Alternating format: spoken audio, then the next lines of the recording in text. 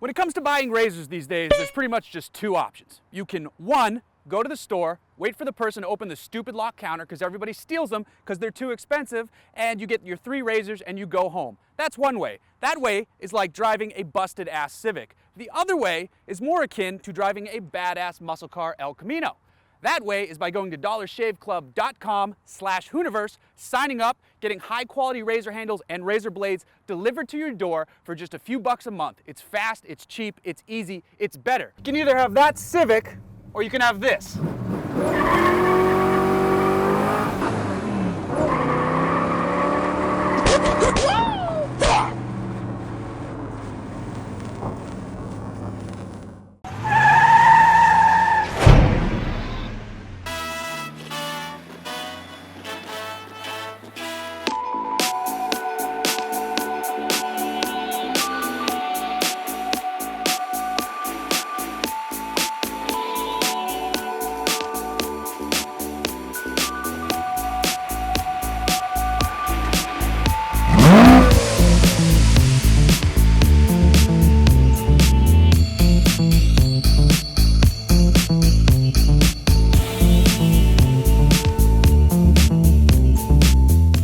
In this wonderful world of all things automotive, there are quite a handful of cars for enthusiasts to get excited about. There are sports cars like the Miata. There are brilliant Grand Tourers like a handful of Aston Martins. Then there's a category called supercars. This, my friends, happens to be a supercar. This is a Lamborghini Aventador. More specifically, it's the Aventador Roadster. These two panels lift out, but we'll get to that in a minute. The name Aventador, I mean, it clearly comes from the famous Italian architectural school book about vents and doors, I think. I just made that up. I'm sure it has to do with the bull, but it doesn't matter because that's not the important part. The name isn't what matters. What matters is the engine in the back, the driven wheels on the ground, the steering, and the gearbox, and we're gonna dive into all of that here in the most expensive car ever to be on this channel.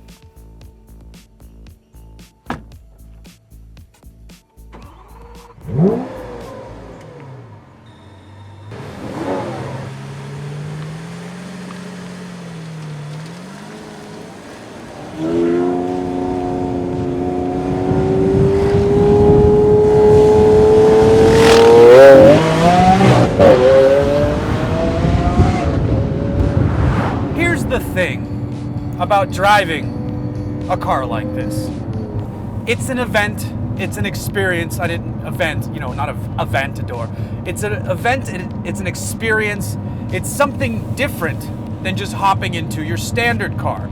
And I'm categorizing anything below this as a standard car at this point because it's so wild in its looks, its noise, its engine, and its price tag, quite frankly. This is the most expensive car I've had on the Hooniverse Highway Hooning Grounds with an as-tested price of $547,000. Behind us is a 6.5 liter V12 engine. It makes 700 horsepower. Crazy enough though that the Hellcat exists and makes more than an Aventador.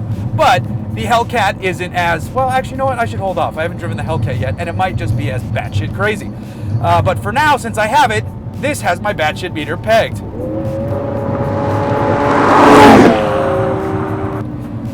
The gearbox in this is lightning quick. Lamborghini says it can shift in 50 milliseconds, and I don't know how quick a millisecond is. I just know that I'm not even in the fastest shifting mode, and it's shifting extremely quick.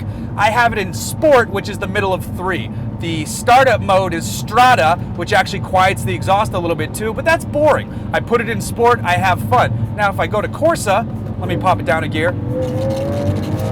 Oh, that's quick. And it hurts your back in the best way possible, but you keep hammering down this road. Good God, let's go back to Sport for a minute before I fly off the cliff and this video ends in tragedy.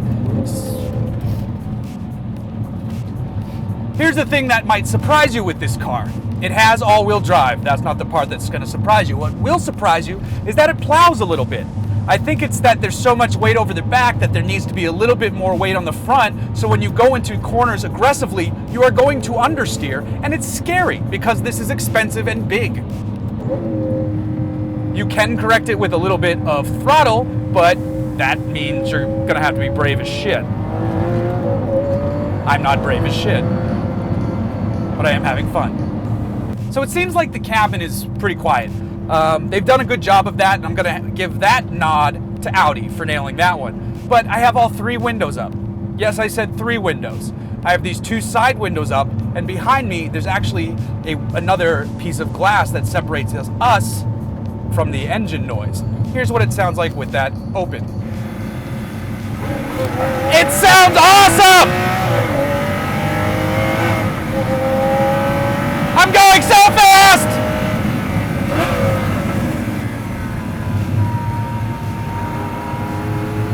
That's what that window does to you. It makes you effing crazy. So let's put it back up so I can talk about the car a little more.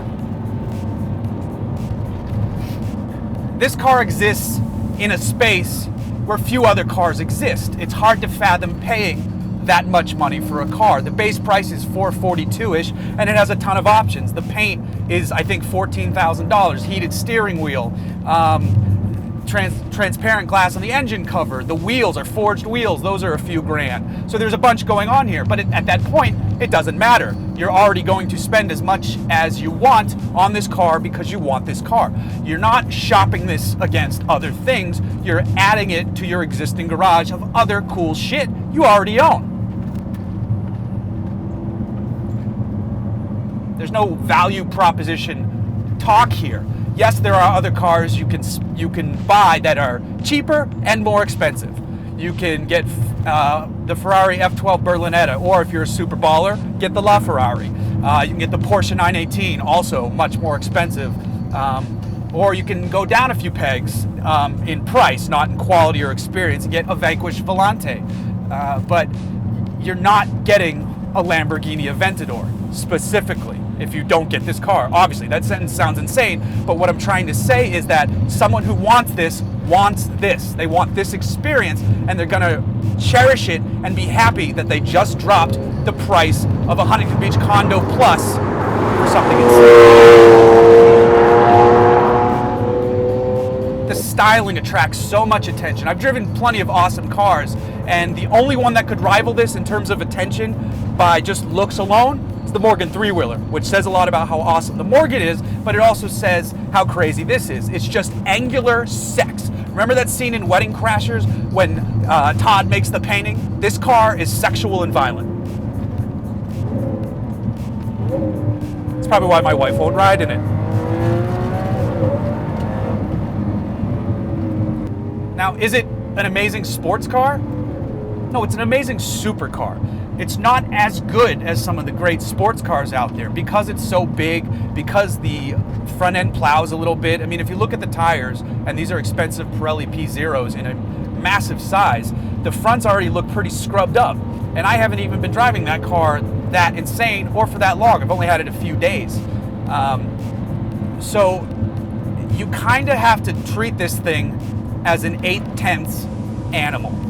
Unless you're on a racetrack, go for it, do your thing. But when you're out on your favorite canyon road, you're gonna have to leave a little bit reserved. But where you're starting, you're already so much higher than everybody else in terms of power and noise and performance that it's still gonna be just as wild. Just know that when you're entering corners hot, that's when bad things are going to happen.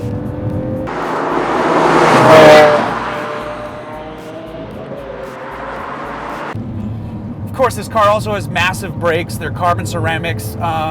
They're not my favorite brakes. I gotta tell you, it feels like, now it's possible that this car has been beaten before it got to me. Totally possible. Maybe it needs new pads. It just feels like it's not stopping as aggressively as I would want, and that's not great when you're hurtling into a corner, especially when you know the nose doesn't want to do what the rear end wants to do.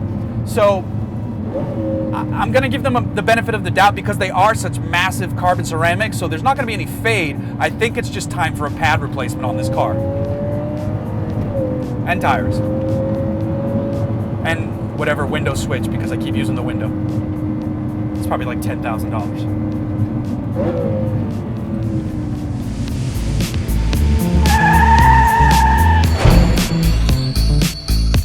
Now, another neat feature of the Aventador is that it has the push rod suspension, and it's beautiful to look at out and back. It's a neat setup that's inboard. It saves space and weight, and I just made that last 2 bits up, so I'm gonna have to fact check that before I edit this video. Sounds right though, doesn't it? You wanna hear it again? Let's do it again. Oh, it's so loud. See, this is where you get into trouble. Open that window, bad things start to happen.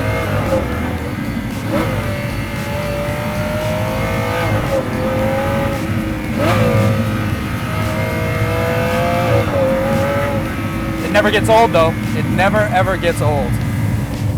I told you this was the Aventador Roadster, but I haven't taken it off the roof yet. Let's do that now. We just stopped for lunch at Hell's Kitchen. Now it's time to see how this is done.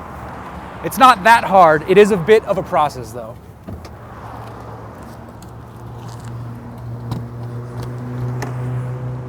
So the roof panels are going to be stored up here.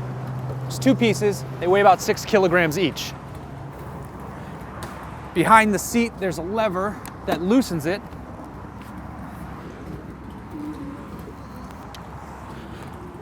And it stores in here.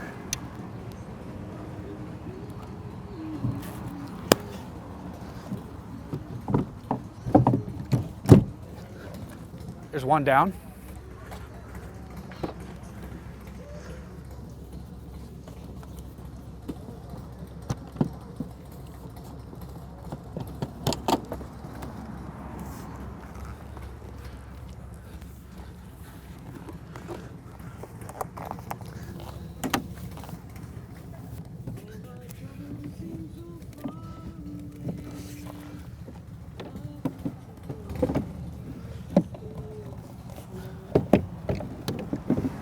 And there you go. Now it's a topless Aventador.